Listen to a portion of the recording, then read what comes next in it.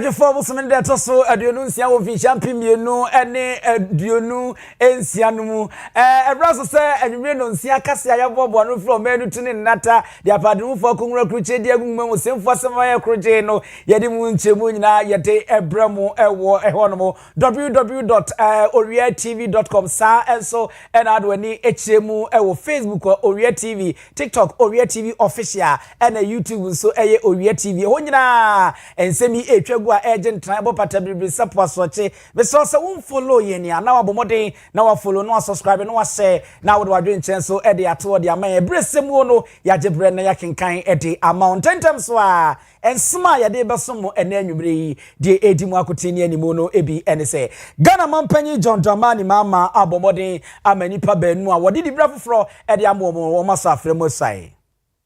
Mampenny de Aso Akobo from Sebaya, a Juma Kobia, one more air sim for the Juma, one be floating grass ibi. One bet me FT asie na why one more Juma. Owia Kaseɛ out of Forson or may sika some so for the abetuja say go to the say ko dwama so said your bonus say no e ni kasem. Ghana for koto anyina hoɔden a etumri kase Usain Bolt na no na nam so ama asɛya a ɛhwɛ ɔman hoɔden ne nsɛm so ɛkyerɛ sɛ wɔn mu ɛnɔ nsɛm no mu sukɔ. Na me no kase akyerɛkyerɛfo nkabom kuo bi ɛsɛ wɔn de wɔn chitai Ede Magana Mampanyina be the chase wono and I want to Frank and Fama this Amanyuko no. Ticheni Edema Conference Affairs of Assistant Secondary School Charles Ekuno. And a watcher say yen san fan she said the beya and kwada ahwehye so ye betumi ahyemukena. Abusua P ana eka we ho a ya ye ne se anwumre no nsia kase a don re ba ko adi animi ye de ba ye de abesomo aseda chenchenche bi eko e de ama emo pafie yakopɛ mo premium ene super premium no sa enso na Jobbing Bank wo mo ene afei Jabolivia Enterprise say aduane pa de wo se utumi didi ye kama no nti o de aduane papa ba boa emu apomuten na a boost immune system ne kama brepam yebeka won ho asem akyerewo akenkan fo be no de kase bramo nwumre eyeme abusua pani ousu diumi mene nana kwame achiman opambo afei kase no enchiremu Mampenny John Dramani Mama Ejna Omeya Mamra Fia Pima Hankro de Okrumienu a emma no tumi na wodi dibre edema ankrenkrom pese osom omey mo omey timi konkan so amoma so afrema mo saye na ni nyina mu no sa wohwe dibra ekono a na Daniela Mawusi into sapon wono no eba ba begiremu sedumja adwumakuo panyimpa fire officer enye asemketo sa enso na Samuel Besintali Amadu wono so ebeye controller general Immigration Service woman so any dwumadi a oba bedie no na rebra ye de mpanyimfo esi akonya so na wonum ye nusu hu na wo manya ewo bia nwuma wo firi mu a wo ba nu nti yama no mu ne de ne koso na ese eni kan yie pa Mampenny John Dramani Mama nu mu no aka e de akere wo mo se wonum fa nam ye ensi ye honhom ne nweta so e na emra emeso momen no mo nye ema wonum adwuma enye fe na enye akono.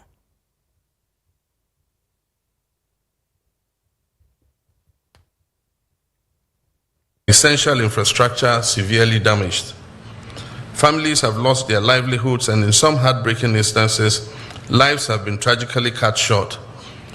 These fires not only inflict significant personal and economic suffering, but also place immense pressure on our emergency response systems. Last year alone, 6,436 fire incidents were recorded, underscoring the urgent need for a fire service that is well equipped, proactive, and responsive.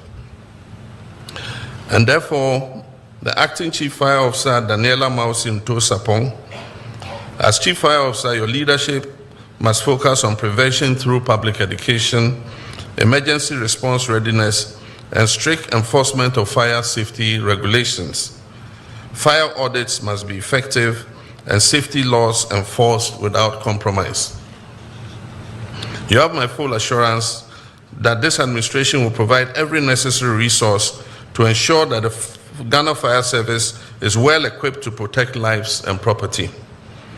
As indicated, I know the fire service have been crying for that for a long time. As indicated in the 2025 budget, all essential projects will be completed and officer welfare will remain a priority. For our new Director General of Prisons, Patience Bafuboni, your appointment comes at a time when we're committed to modernizing our correctional system. Prisons should not merely be a place of confinement, but institutions for transforming criminals. True justice is not only about punishing wrongdoing, but also about offering a path to redemption. That is why the introduction of the prison service parole regulations, which will soon be laid before Parliament, marks a bold step in ensuring that individuals who have demonstrated genuine rehabilitation. We Ghana Mampenyi John Dramani Mama and our sister was over to dum judgment quosa, woman ya ma, woman the argument one quatry, second neighbor Bruna Fedie, abandon Yabra will be Shimukina. Ghana Mampenyi John Dramani Mahama, I am Mamreni Amania, what day I saw above from Sedebeya floating glass ibi. One bit to me a see a home for the Juma or Shama. Na Mampenyi di asobo from the watcher said Mekobia. Your friend said Keda Ghana Company Limited, one one ebeshe. Na what to me as Nesika what the Evremuno Esmamreka dollars no. Or pepe a her new adunu $250 million US and a one more day ebabisi. Na ye share mu kwanse se one more ewie pedakrubia. And ye one more incha glass in the crown bese. 1,400 tons di ombeshe na bakwe be kase pa ewa bibima huduomo wonoma eba glass and afetize nwadwuma wonom eye ensembia His Excellency John Dramani Mahama aditu dwani. This project aligns fully with our national industrial strategy and the broader objectives of the 24-hour economic program, the accelerated export development program of which I'm the chairman, the African Continental Free Trade Area Regional Integration Agreements, import substitution, and value addition. Industrial growth must drive our exports. Under the African Continental Free Trade Area, Ghana is uniquely positioned as the host of the Secretariat. And so we must translate that advantage into manufacturing strength. Trade agreements alone do not create prosperity. Production does, value addition does, and competitive exports create prosperity. KEDA's expansion supports this transformation. This float glass facility incorporates advanced manufacturing technology and modern quality control systems. Mani Mahama no ena eba Keda Ghana Ceramic Company Limited apanyi kwanchirefo a woda ano lewe odon so ekasai na odi to dwa say wo mo eyebo apaye pa ana won mo ahyeda sesa adwuma no wo besi wo Ghana ha no mesan say won mo hwa say wo hwe glass ho adwuma wo my Ghana mu na enhyeda no so say no ti se ko ba say won mo bie we na ebebua pa ma adwuma no emu atumi atre na fe Ghana fo nso a won pe glass ni bi dia ye adwuma won sa atumi aka no wano nsem bia owura lewe editu dwanie. Construction of phase 1 is expected to be complete by August next year. Upon completion, the project will create 453 direct jobs and approximately 3,000 indirect jobs, increasing total employment to nearly 6,000, while significantly boosting national revenue generation.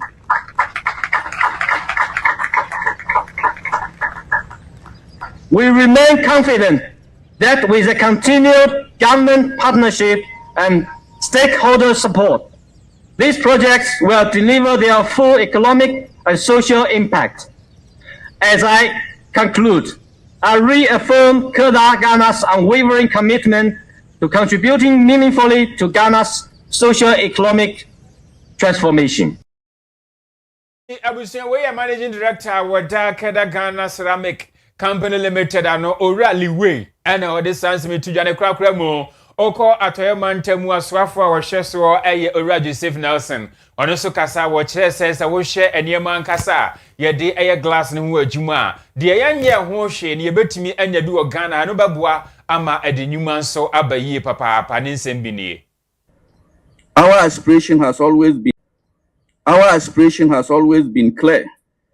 to translate natural resource endowment into sustainable wealth creation for our people. The investment by Keda Company Limited speaks directly to that aspiration. By expanding tire production, commissioning sanitary ware manufacturing, and initiating a float glass factory, this company is helping Ghana move up the value chain.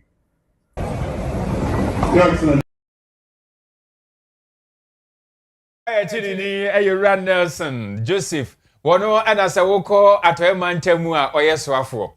I was at Edmonton software every way, the name of software. Or my Ghana is sick as some and some so Michelle Ononyam for Kaseɛ at forcing na ene minimum Kaseɛ of software asoreja number so my Ghana machine fie ama Owia Kaseɛ at forcing what in Sembebre ede atuja na some the two Johnny bi dodo na no na enamo my Ghana ye koko a ye di wudwa uko wiase nyina na Ghana edi mutintimai pa aman a wo mo bomodin na wo di koko esom ewiase nyina nene owura yichiremu a aye kono aye nika aye fefefefefe sebrato ni nyina ene se edwama so gold buo no ehwirihwiri a ama sese babie buo na kwa akogina no eni kayi a ebetimi aboa mo my Ghana ede nam ye so ne ahonkeka ne anigye so ne enye sika dwete na ye de ahye yensu sika mu na ama sika sam etimi agya ne namro so pampesa aponchi breki na wo kase ne wo chiremu se ne sawura Central Bank no wo mu hia bi pa boaboa no no mo de eguo saa enso ana ewiase ankasa ne gold a wo mo pɛ no nso no ama no ekosoro pa bro ni beka se the demand eno nso ekosoro ni nyina ye niema akeka afuofua ama eneye ama gold no eho aye na ayere pampe a sese no no ne bo no ekosoro enti wo se enam sai no so amo my Ghana ye nso sabe ye besa ho nkwai bi pa. The depreciation reflected a strain on external buffers in the face of constrained financial options, capital outflows, heightened macroeconomic pressures, and the need to meet critical foreign exchange obligations such as debt repayment. Right, Honorable Speaker, global gold prices have reached unprecedented levels, driven by heightened international risk, sustained accumulation by central banks, and strong safe haven demand. These developments significantly boosted export earnings and strengthened external buffers for gold-producing economies, including Ghana. Mr. Speaker, with prices far exceeding their long-term historical averages, gold has emerged as the most reliable and immediate instrument for accelerating reserve accumulation without increasing public debt or introducing distortions in domestic market. Projections from major international financial institutions indicate that gold prices are likely to remain elevated and favorable over the medium term,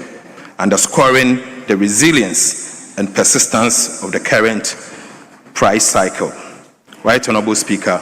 the outlook for gold prices provided a solid foundation for policies that strengthen external buffers, reduce vulnerability to external shock, and support long-term financial stability of Ghana. Abusafo na chese wo mo mabin e wo gold dwadie mu ni hwehwemu ni ade a wo mo de abeto dwane ekiremu a ebo no se ne esi efroko no enya ade animu ya ebeba fom a ebeboa pa ononyamfo a wo re sikasem nsem so Kaseɛ ato forcing na Dr. Kaseɛ ato forcing kopie mo mrahye dwafie en wade na di ese social gold board wa ho yi asese o mo hwe enmu kwan se afibia mu no tons bese o ha aduonu enson ayesika kokko mehire gold no enom behwe na watumi ato ede every 1 afumagudie enkumade kan se artisanal mining for no ensemo na wose eno babu apase de beya Ghana yeni anka sika kokko aye wa pese eboaboa no na ye de bochi dom edem yesika sem no ye betumi enya bi abrebia na ye de akwa amonane na yesika sem nso atumi adeto yi anu nti wa kire se emfinhia miensa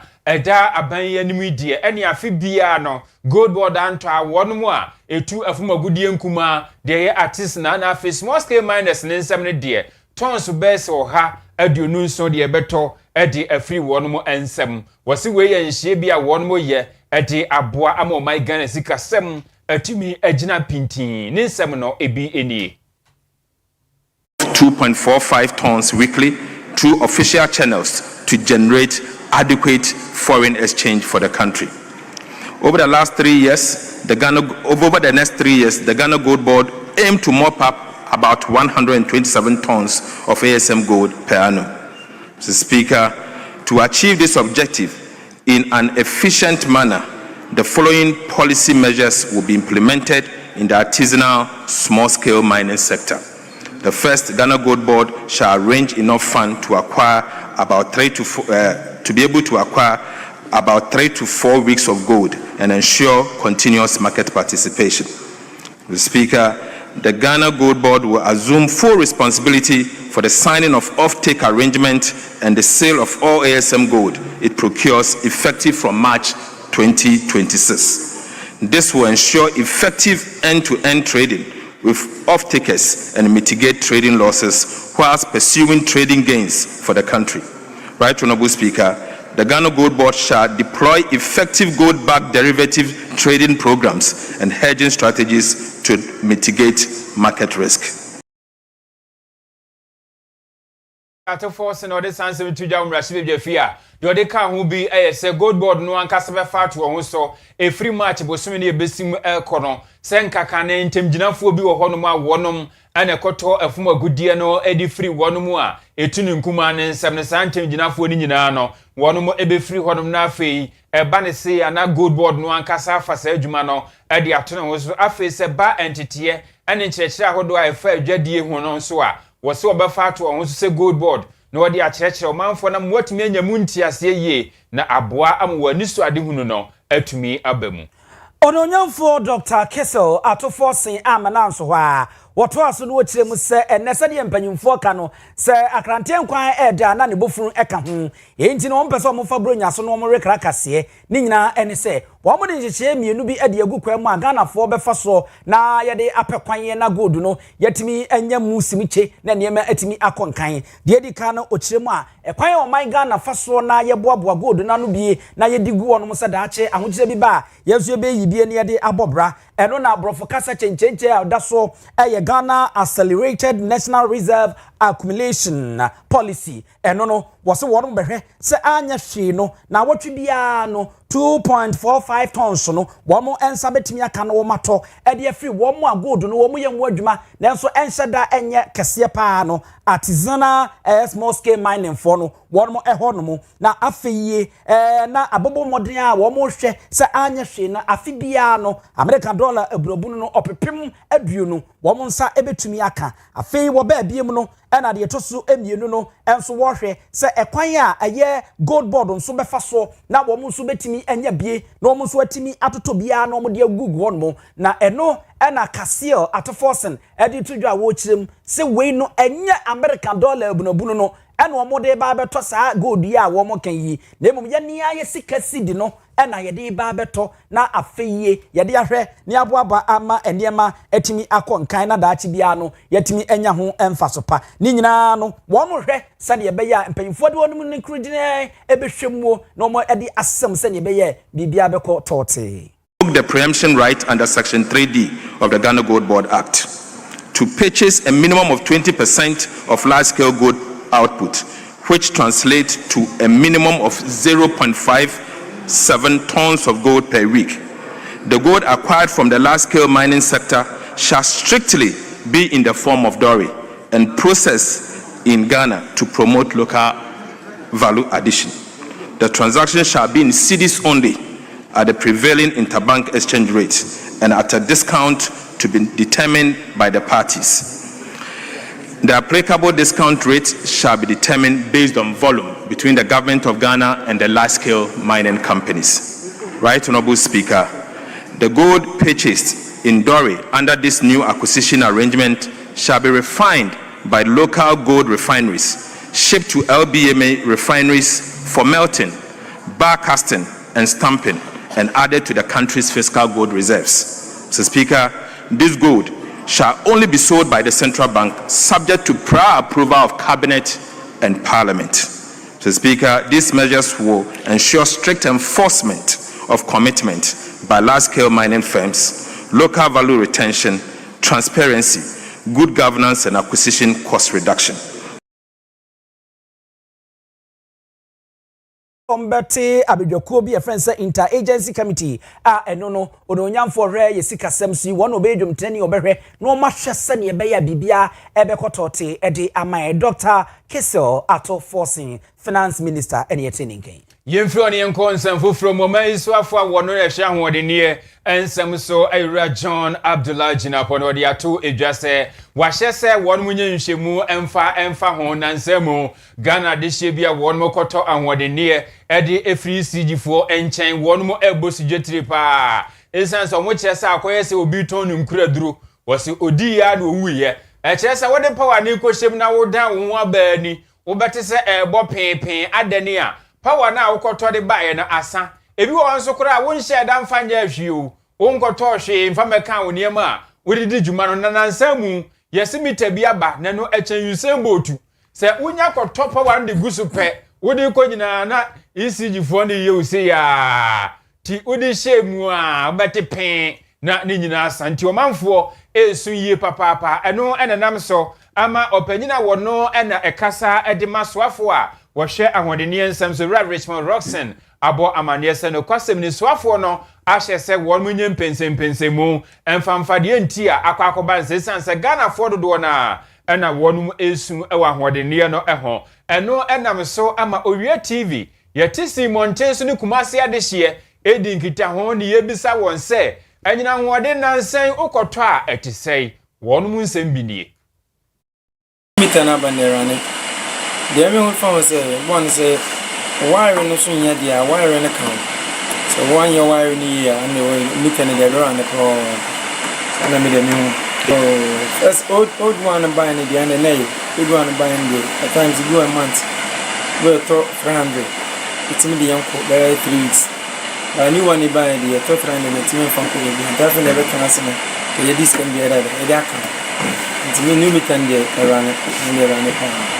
say edwane na fe ye use ye de dada no de no na ye normal no kranse no ye de we no receipt ne ba be hye ho obeyi na wa hwe na wa kokotia okay was by prepaid ne de utimi to 200 cedis 1 week na asa utimi to 50 e de no kra no e betimi aye de asa na esi anu so motimo was to 200 cedis a omuti 30 cedis is that means when you 170 somewhere who be amaya pedi ni de adwane o adwane pa because so to 200 there just 2 weeks and so first no nanka ye to 100 Ghana e bro 3 weeks nti esre mu prepaid no mo egu bi ma ye pa nya easy mi akra kasa person me nse da wisu aditi tru bia enso so meto asesi anasa media na eche pa say enuru obi relationship kra chese o to ya na asa wahu o koto ade na asa asemba kra ni enti kumase ade hie bi ana won me de sanse me tuda na eno achi no so afo hwa hode ne ensem so wura John Jinapo ekire se wahye ECG adwumakuo ni se won mo mpa badwakuo bi na won mo nye nhwemu bese na fu anso ntem onfa ho amadebo ematudwa. Once we conduct the investigation, assuming some meters are faulty, we have to replace them immediately because you must put the right meter. And if it turns out that people have overpaid, we have to find a way of compensating them. But like I said, it's just too early. Let us conduct the investigation. Fortunately, we have a very good working relationship with the PURC. So the PURC, the Energy Commission, the Ministry, and all the agencies under me are working together. We'll make sure that we get to the bottom of this matter and resolve it in a fair and impartial manner.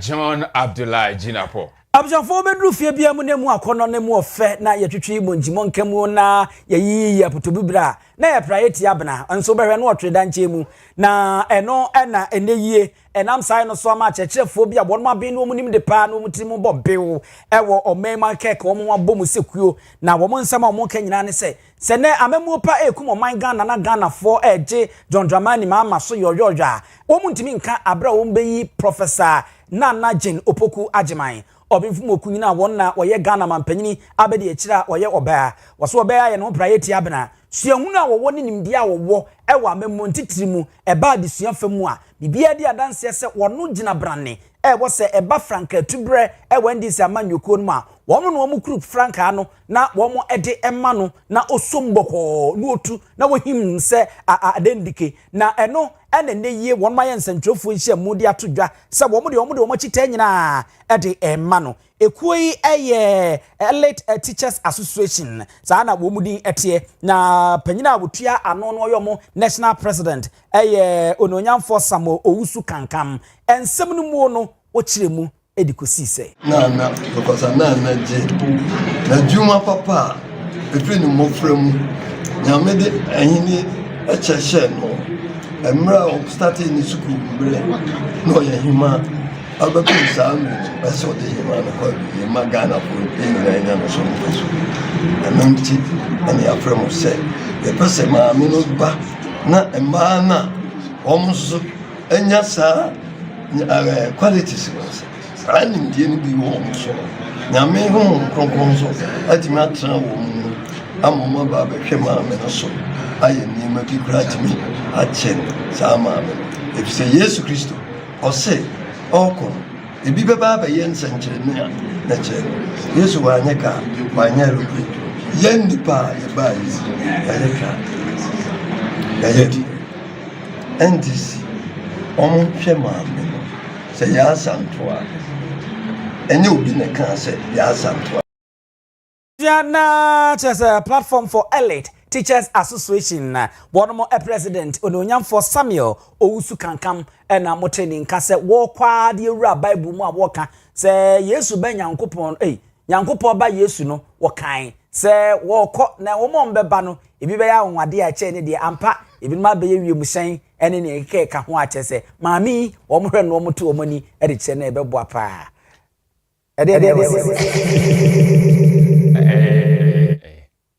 why? Sunday school teacher who me know. Obewu me menda. The adage question me ntia anko asori. Enyem ya. Obewu. Yenko. Na mkura i quotations ya so obewu. Na teacher ni Edema Conference of First of Assistant Secondary Schools in 20 Charles wonom achechefo akanifo a wonom enede da o sukuntu aso ahodo ano na teacher ni kana say Reverend Father Stephen Sechre and wodi atudwa say yemfa nhye pantu akom se de be ya enema ahodo e de ye enkoda ho hyeso ho adwuma ye kan say discipline ye besan so e de abaye nsuku ahodo mu bio na atimi aboa menne ahosheso a eni suku mu na enkoda yi suban bone na won mo dadadi ne yebetimi ade atu eso esa na nsem omanfo be hye ne nso a sukuntu aso titiri sei emu nsem abapa enkoda won mu di ahurukasem won ma edi atutrasem aditia won ho edi ahurukasem wo monten so no adoso yie papa mebinum ebisa se edi enti na akwa nsa ne nyina ese kane no ekwan anka akoda akosuku a ye kyene ne ye twa ne to aba na ebasa ne ye de trentre ne ade se sane mani nyina no emu fa kase ne yi edi afri ho no mu a ene ye ntwa aba biemu enam so ama na nsem kura so afo abedi akire a wono ene hwe enwumasua nsem so Dr. Clement Park wabra breakfast meeting bi ekoso no wadi tudwa se sanhye ne nsam famra se de beya enkoda ne discipline no ye besanso edi ababio na aboa ama ye di atenetene enkoda ne sase mi hu no ena owura Stephen Sechre Reverend Father wone Owia TV edi enkoma wo chese se yesade sanhye ne ba ababua pa mankoda no yetumi ahwe won mu so eyie ne nsem ode to ye nimbi enie ase niama omuyi free mu abatwa ne ne bi ade ekoso e makra ni lidampo ene ne ma ne keka ho samre no na ade foforo enti e ma awofo ni bia omuzo so etia abani twa no ene abo awofo ni bia yempese obayi inflicted pain on the bano omuzo fa ho ine ma brebe ene ebinu benya atumi the teacher for atem you be there ene kwada so ho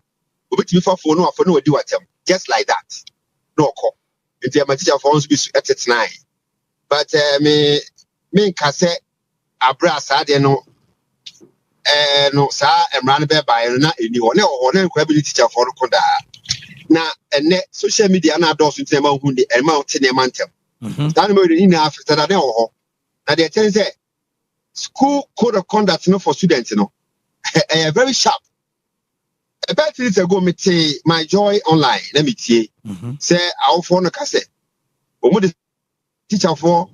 any school pay for say ye na ya say o ma if me real hoyi na wo mo no che say ya fast school code of conduct ni adwuma me sa srei ayamo na ye akradi ayade na open no a then you will see a whole community minia descending on a headmaster headmistress a whole community e bi akwa no we dey to bi ba we say o fa ani afrew dey you say ni e pa chew e dey mo say e fa anya adwuma he se ka ye dey code of conduct ye adwuma to letter and en kwa we be ka ba ko school ho emra na sharp okay entino eto bi a na o hwe nkwa so musu ba sitie no a na eto also the human face kakra bem but mimi school there won't me can say wa ma school over be wasi e wo poku school there be insida say wo a whole semester wa ma school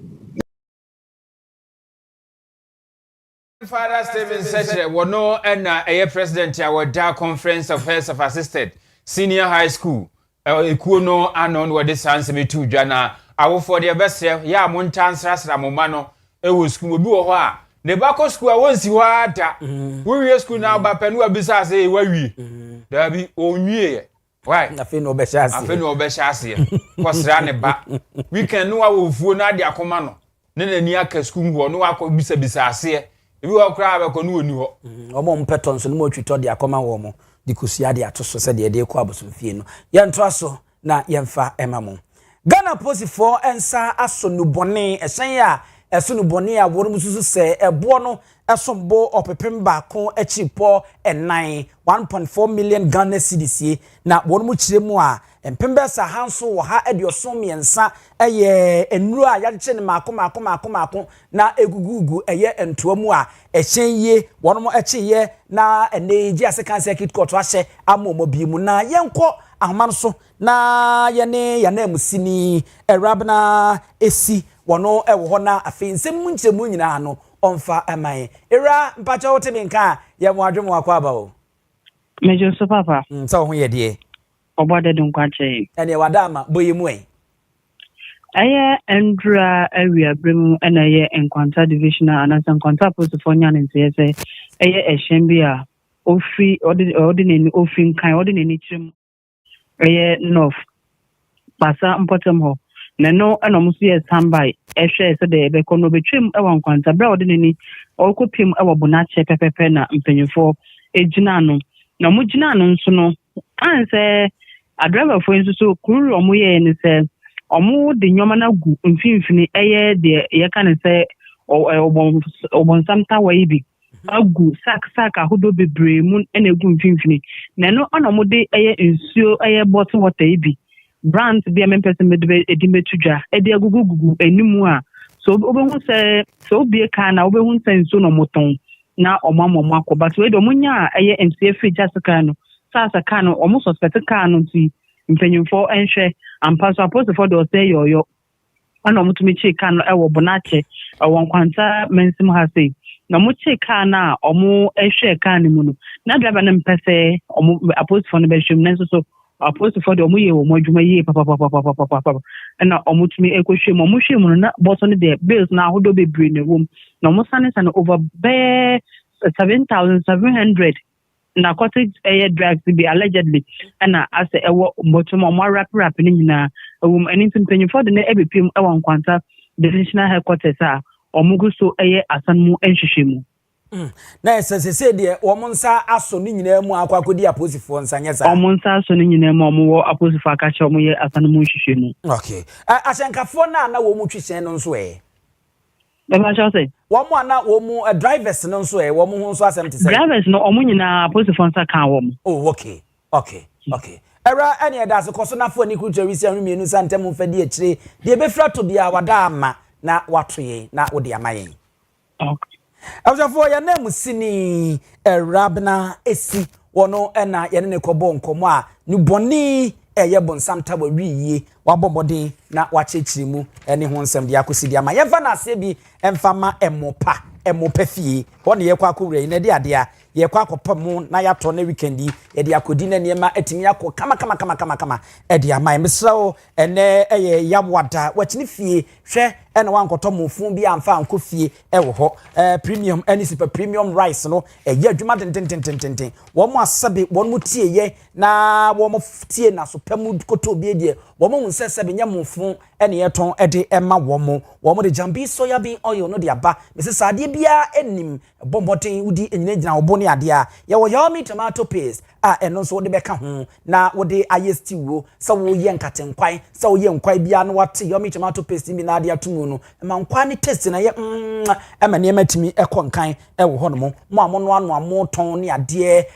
hotel restaurant mo amoye fried rice ne jollof no madalma eni amutuo bomodi twi a etakama na ye fefefe ewo ho no wo ba aduma oyerepa fm ye ben ho sa enso na patase achemfo hotel de Accra so Pass and Gardens junction ho no ma wo kwa onsa ebekan ya no abomodin na wafre yen it was 0244 615117 0244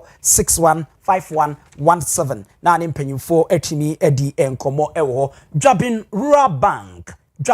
Bank bomodin na wonso be shareholder na enema ntimi nkwankan afi ye ka Dwabin Rural Bank wo mo ye wo mo dia na otumi de wonsasi wo bokasa ai benso Dwabin Rural Bank me ka ho fi sha be se duanan ba ko nie ye mu bi kura na ye mu ye na sika kura bi agya na mu so pampesa aponchi breakie wa ye sa be faso wonu bebre ena wote aboa omen abasobode a waje de wiase ne Ghana ha de eche wotwe mu nwi amka se meka ade ebekyenye ubetimi anya akwanya na wa be shareholder na nso wa ba be kan na ubenya faso bebre ena de afri mu a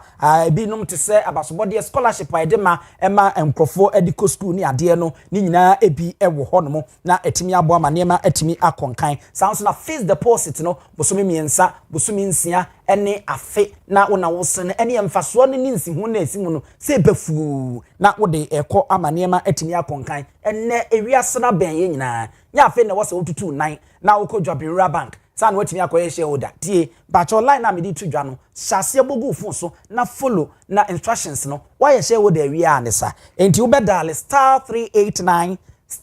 *984 *389 *984 hash na wasende na wafollow na oniema konkan openchire mu abro de mde ama wo so a 0544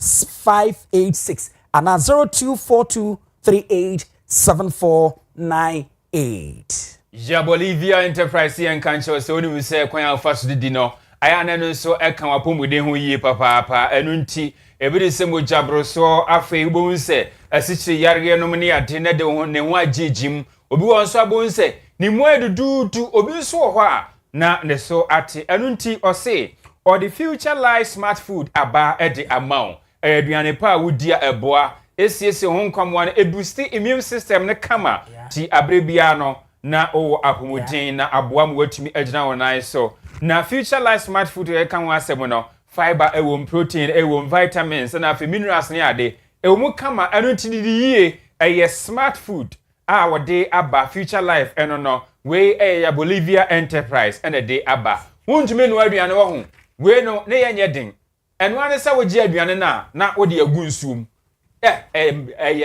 sterling wode num unum ano no na wadi wade kama na aboa ma brebi apomotumi aye den hwehwe won machi kwan e wo sofo line alignment wodi wadi akire mu e wo patase e kwan ne so wona yafre ya Bolivia Enterprise e wo 0242878090 ana 0246010150 na obejo so wo oboa ama watumi anya apomuden ekwan papa eso abusia yetoa anwenusia kasebo no eso na encheri ena ebeto odwa se enipa bia wonum aye achuma ewo Ghana Revenue Authority Custom Division no emu ayade se mpanyimfo kire se saa enipa num no watwe wonum asensen a wahye se yenye wonum nsemu nhwemu sanse na nsemu articulator bia na eso eniema ede ko nije mamu yesu se eniema na ewumu no ehon kontabuo no wonum anya ne sa na embu katasem bi ekoso ewumeba ne sa na eye dwirim keta sehye ene proye no ebi ena akoso mu anu nti ya hyese sa nipa nu mu no won mo ntran nchen amenye won semu nhwemu na nam so ama opanyi ba ko a eba dwirim ena afi bambo nsensem a wabene mu eye owura Richard Kumado wone Owia TV adi enkomo no de ato edwase no kwasem ni anamo a Ghana Revenue Authority mpanyimfo atu no ene kwan papa so eno na emomu no one day wo hwese sanhwemu ni nyina akọ na wieye na se no kwasem ni ebubo won mo se won mo ayesa dwirim ketase hye ane proye na won ma japade a wonam sa kwan bone ne so apani nyina yema ne nyesa akọkọhwede asabio obutu kosi anya ne de aso awieye no obeye kwase a yenyi nyina emfamfiri won mo nsem ensem a owura Richard Kumado adetu yenim bi eni investigation. Interdiction is the first point of call. After interdiction, now your investigation. The next level is anywhere the monies have gone to, you're going to go fast. So, what you see, Diana, you're going to go down and answer your cotton down and I fast Canima or Ghana government. Now, you're fancy hospital, Maya. Head one said, you're from a court, now I'm a court prison for 6 months and after 7 years. I in that regard. So, one quack or Jessica. Now one form of prison. Now one young free other people will do the same thing. And in your what for CDI is a one tradition. And that has been the nature of corrupt practices in this country. And that is why it's not going away. No, the American is one more tradition. That is the first one. Over your investigation, third one, the African calling na yako Pascano. So I'm going to say that yako Ocean Dano and answer yako Bubudano. The one, yes, sir. Now one year, the fourth one. Say, Odion Beko court, now you're caught prison for 6 years. And after 6 months, and after 1 year.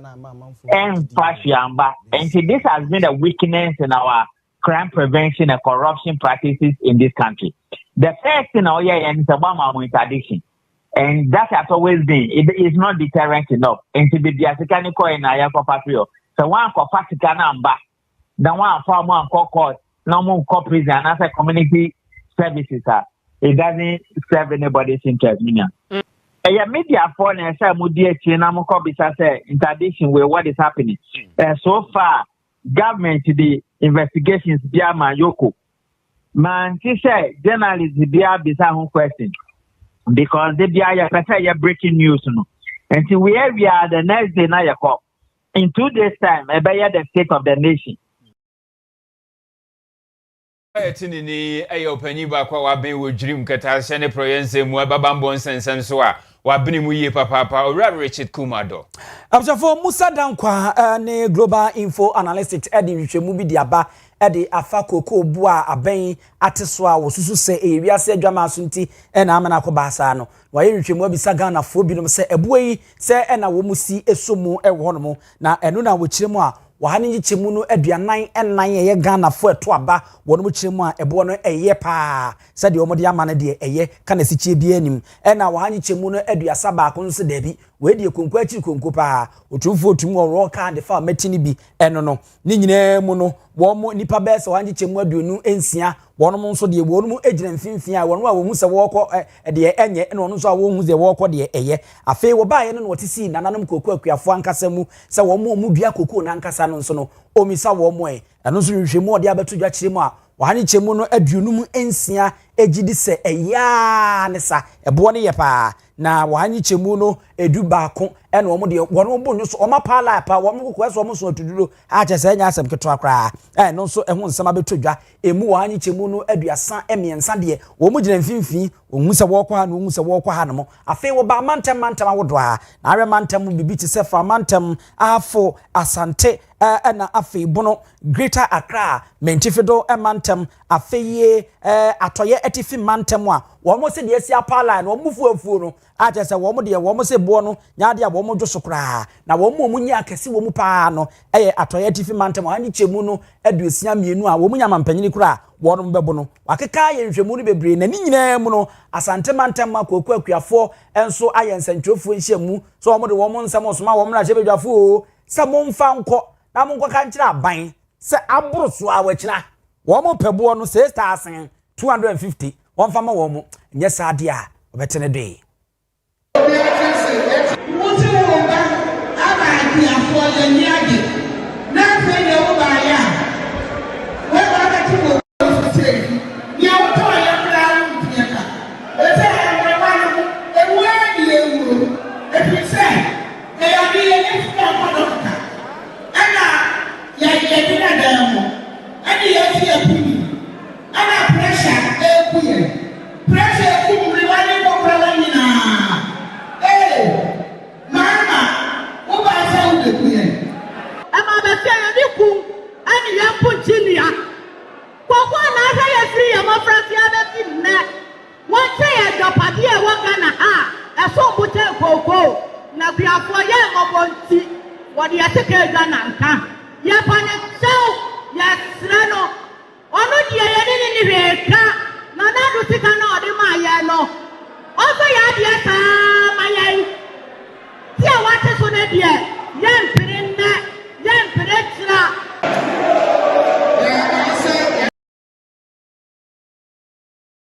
Kwafobia ewo asante mantem ha wo mo nsantwofo nhia mu a wo ye no na mo chese na wo mo ni abra wo mo bi no nyezemba ya aban de o mo se ene akina yi sa aban nim no amfa wo no bo am wo mo dia aban bete wo mo nka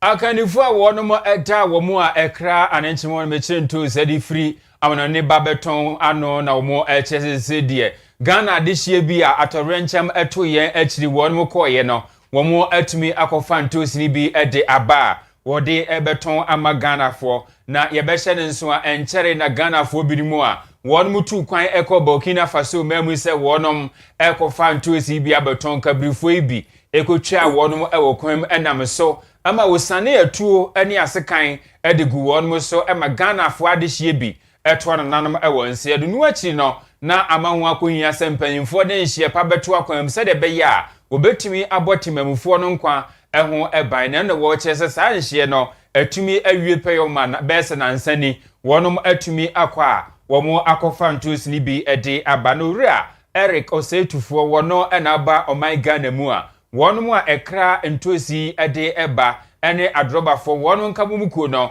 woda ano ensem sebi ena wode atudwa. So the first batch of tomato traders and transporters who were given the chance to enter into Burkina Faso 3 days ago has arrived. This is the first car. I spoke to the driver, I spoke to the traders. They went through without facing any dangers. The instruction given to them yesterday, they respected the instruction I gave them. They didn't go to any danger zone, so they have arrived safely. I will continue the same thing tomorrow until I come to Kumasi. This is a sign of warning given to those carton traders. We know there is freedom of trade in our constitution. Eti a rare coseti for wono and da one more crantus eti ebano any adroba for no ano was ebo hokose was Ghana fu wumusi ya wo ho kwan a obi atumi din ne niam age eboa wo pede nenso no anye se bi e ka se wi abeze ntosi bi aba na okoyire so bawe wo wa yire so chese ntosi a wo yi no ne bo den eduko sia da wasa buduku akotena asori nanim ho menko bu manfo mfaso why ntosi ne bi aba nketenkete en 90 se de medi kotua no ene de ma me 10 cedis ene awie me kan was hwede sinche me kofa no 40 million ena me beton nam sio nyame wo ho oman Ghana ene wo mu yento aso edom kuma wo oman Ghana mra hye bedwafia ye ensentwofo hye mu ama wo ma paadai pa wo mu kyem a edom dodo ne aben afia pema ankora de okro mienu wo menya mamra ye dibu wo men ho mra no ese wo mu pese wo mu sini tra se wo ma si awie mpo ama moja agina no wono chema district assembly common fan yesika foto a yabode ato a yedisika tumu na yede som ahenu aduosia baako metropolitan na municipal and district assembly se ahodo no wo mo asesamra no a chese emfa ne kwa sokra wo chiremu a eno kwan wo mfa so bode ye ne enya manyosem ene yede ye na mo mbo modin kofom ne ahwehwemu na ye gina susu ye so ne yede ache na ne ma akonkan ye hwe nwumasua apomodin ne ne ma wodo bebre so ne yede ahwe ne yede aye na so e kame ko ese nam so otumfo otimu a oro ka de fa mbeti ntu no aban afa kwan bi so amoma sesem wajira so ama yewra a wono eye edonkuma na trene panyini pa minority chief repo oro no nyamfo Frank Anodompre atoa so na wakire mu se aban ne moden na ompe kwan obefa so na entenkamu bi edawon mu a Ghana sika fufuro opepem enso 7 billion Ghana cedis no obenya na afei yede ama district assemblies no ama omode edi wonu dwumadi. The principle is simple. If Get Fund and NHI can receive structured, predictable releases, so must DACF, especially given its constitutional supremacy. Now, arrears resolution framework. The estimated 7 billion arrears cannot be cleared rhetorically. They require a structured settlement plan. Proposed framework. 1. Independent arrears audit. Commission the Auditor General to verify and reconcile DACF arrears from 2014 to date. It cannot be a case of the minority against the majority. A minority chief rep Onyamfo Frank Anodompre. Asema na wachi mu ebeto dwa Ghana fo nyina edi nkomo no bed syndrome. A ni nyina se koba se owura bi a ni din ade Charles emisa wanya mfinhie du no enkono koba nse butupuru mu atorenchem eto no na se wo hia kwanhia bi na wo se de ne kwayare sabia no ana won mo ade ne koduru kolebu ayasabia mu ebeto dwa se omose empa eni wonti krachi yemfa no empa ba bi emfa enam so ema besa don hwere mi yensa de woto ananom ewo ensie do ewo mu na no ana mrahye bedwafie won mo atoato ho adwen na enya asem kuma akra edonkuma ne dom kase no afam nyina no won ekire adwen efa won se nikwase saade wei ebi esi ewo manu bi osanse emfimpinu ne dunwotwe saa no bed sem ya ebai ema omotoato ho adwen ti yenhwe ne mu kwanse nka emfinhia duonu ene nsia mu de anka ebehu saa de ekokoso ibi na no na nam so ama mrahye bedwafie acha mehene se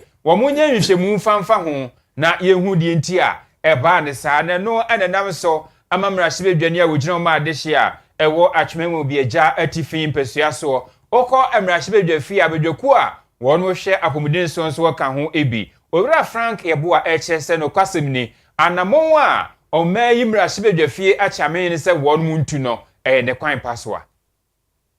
When I say hospital equipment in there, any number of facilities on there, and ya service, your boy as a conqueror. And ya didn't be too skinny. Now, you can say no bed syndrome now.